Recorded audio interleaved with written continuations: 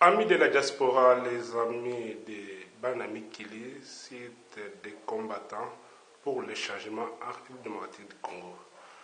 Aujourd'hui, nous recevons pour vous Maître Kabiamba Georges, le président de la CAGE, l'Association congolaise pour l'accès à la justice, organisation non gouvernementale et apolitique qui œuvre pour la primauté de la loi et de la consolidation de l'état des droits. Œuvre pour le renforcement des victimes de violations des droits humains, assure l'accès à la justice par la défense des victimes de violations des droits de l'homme. Avec lui, nous allons parler concertation et les discours de l'ouverture des concertations au Palais par M. Joseph Kabila. Bonjour maître. Bonjour. Maître, c'est le samedi qu'il y a eu ouverture de ce forum que nous appelons concertation nationale.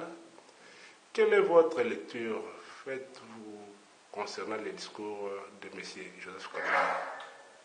Merci beaucoup pour votre question. Nous avons suivi la cérémonie d'ouverture ou de lancement de ce forum appelé concertation nationale. Quelle est la lecture que nous faisons? C'est que nous avons constaté qu'il y a parmi les participants, il y a la plupart sont des membres des associations et des partis politiques proches au chef de l'État qui prennent la part de tout ce qu'il y a comme participants. Et nous avons aussi noté qu'il y a l'absence de certaines personnalités de l'opposition, des personnalités importantes, telles que le président Vital Kamerhe, du Parti unique, mais aussi du président Étienne Tshisekedi, de l'UDPS. Donc ces deux personnalités ne prennent pas part. Mais je dois mentionner aussi qu'en dehors de ces deux personnalités, il y a l'honorable Martin Fayoulou, qui n'est pas aussi là. Je pense aussi qu'il y en a quelques-uns, notamment l'honorable Jean-Claude Bouemba, qui n'ont pas pris part à ce lancement. En dehors de ces représentants de l'opposition, nous avons aussi les représentants du collectif des ONG des droits de l'homme, auquel moi et mon organisation nous appartenons.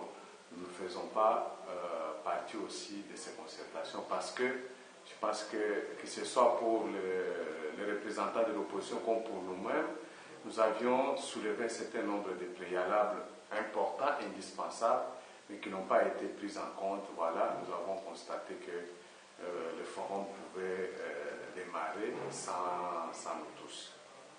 Mais maître, la politique de la chaise vide ne paye pas. Vous ne voyez pas que votre absence peut occasionner aussi beaucoup de choses là à l'interne? Non, il ne faut pas dire que cette politique ne paye pas, mais ceux qui sont là, qu'est-ce qu'ils vont faire? Était-il indiqué que nous puissions aller prendre part à ces concertations où les conditions de fond et de forme n'étaient pas réunies, où on ne tenait pas compte des points de vue des autres composantes, telles que notre sous-composante du collectif des ONG des droits de l'homme, telles que les préalables assez légitimes et objectifs présentés par l'opposition, la grande partie de l'opposition. Nous pensons qu'il ne fallait pas y aller comme ça et qu'il faut laisser ceux qui sont partis pour voir ce qu'ils vont réaliser. Quelle est votre analyse concernant les discours de M. Joseph Kabila sur le plan politique et juridique? Alors, nous avons aussi suivi les discours du président Joseph Kabila. Nous l'avons lu, relu plusieurs fois. Nous avons mentionné d'abord que son discours n'est pas différent de tout ce qu'il a déjà tenu à plusieurs reprises sur plusieurs questions. C'est pratiquement les mêmes propos qui reviennent. Et puis nous avons aussi noté que de manière timide, il a essayé de rencontrer la demande formulée par nous, comme par la grande partie de l'opposition, sur la libération des détenus et des prisonniers politiques.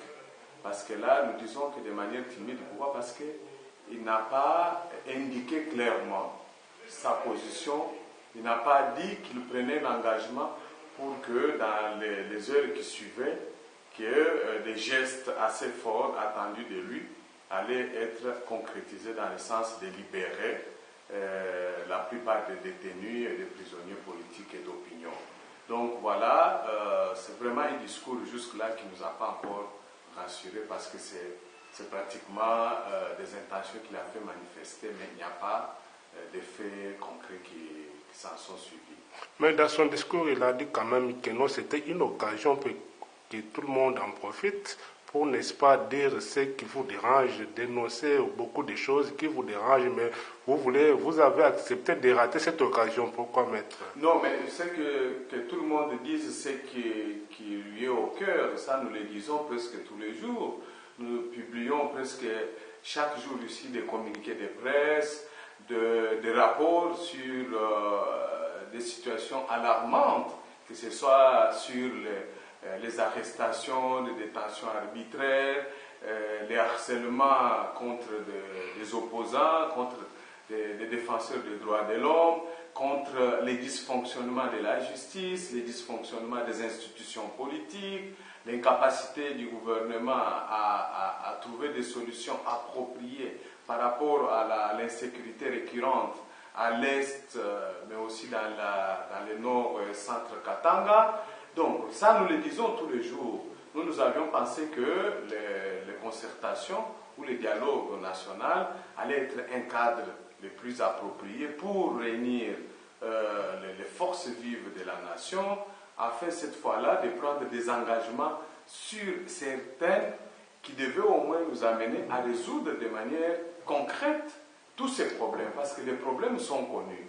Il n'y a pas de nouveaux problèmes aujourd'hui, où il n'y a pas de problèmes sur lesquels il n'y a jamais eu de réflexion, comme lui-même le président l'a reconnu dans son discours. Mais essayez quand même d'énumérer ces problèmes point par point, maître. Alors, parmi les problèmes, il y a d'abord la crise qui a éclaté avec l'organisation chaotique des élections de novembre de l'année passée.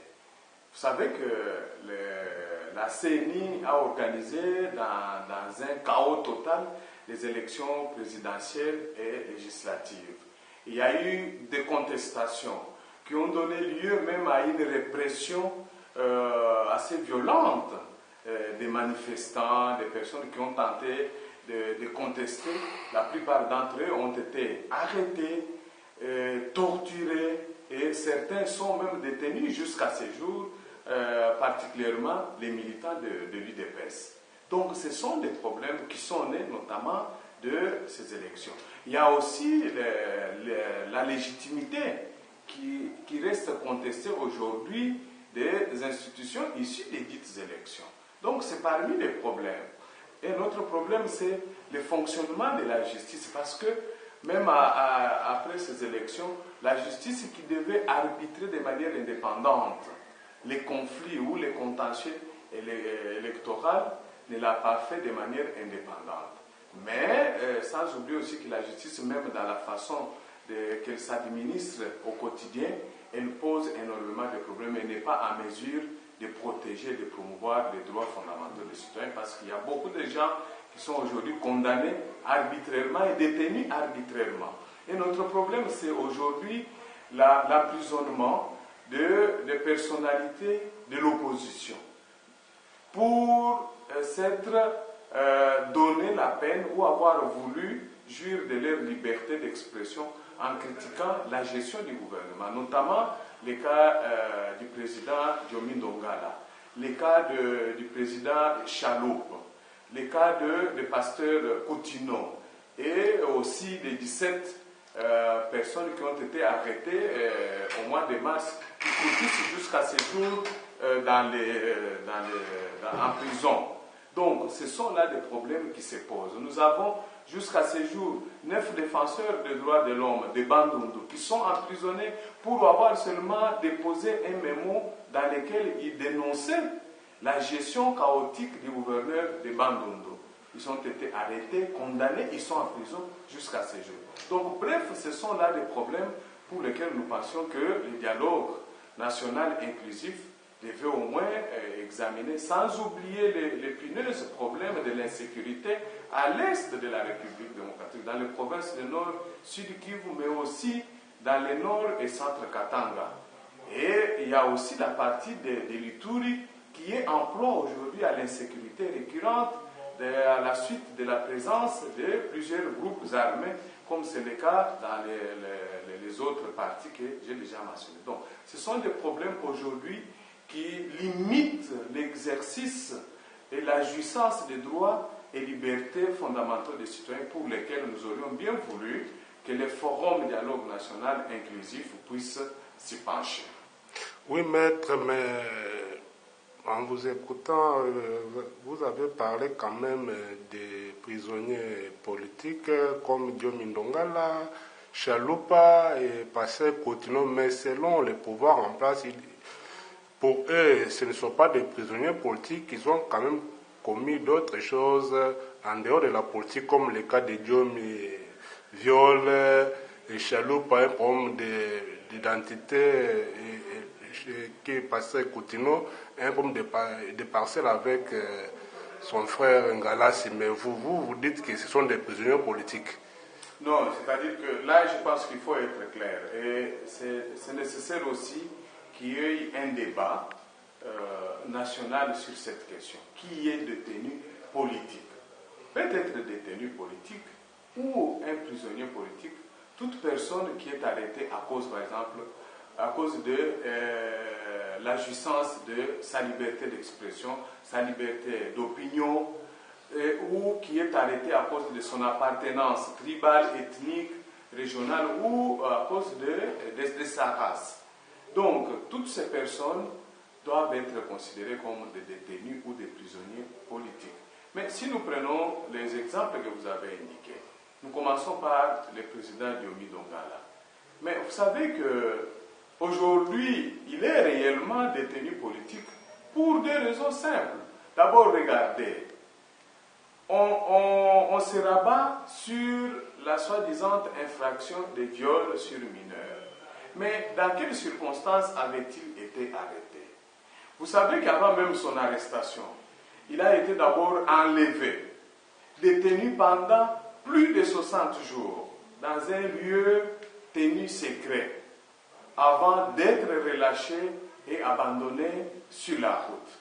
Et pourquoi on a procédé comme ça? Et cela est arrivé juste pendant la période où il était en train d'organiser une manifestation politique, où il devait présenter à l'opinion nationale et internationale un accord, une charte qui regroupait plusieurs partis politiques et associations de MPP. Pourquoi on avait attendu seulement cette période-là pour pouvoir l'arrêter? Et puis les circonstances même de son arrestation. D'abord, c'était un enlèvement. Et quand il a été abandonné et puis il a réapparu, quelques temps après, on est allé l'enlever à l'hôtel où il se trouvait, hors les heures indiquées par la loi pour être arrêté. Donc, tout cela laisse à croire que les motifs qui étaient derrière le processus judiciaire, ce sont des motifs réellement politiques. Parce que vous savez, les politiciens, lorsqu'ils veulent se débarrasser de quelqu'un ou ils veulent faire taire quelqu'un, ils sont capables d'utiliser toutes les stratégies à condition seulement que cela leur permette d'atteindre leur objectif. Donc, ce n'est pas la première fois que nous connaissons ce genre de choses. Mais même quand il a été arrêté, détenu, sans respect de procédure, mais il arrive à la Cour suprême. La Cour suprême ordonne à ce qu'il soit mis en résidence surveillée. Mais qu'est-ce que nous avons constaté?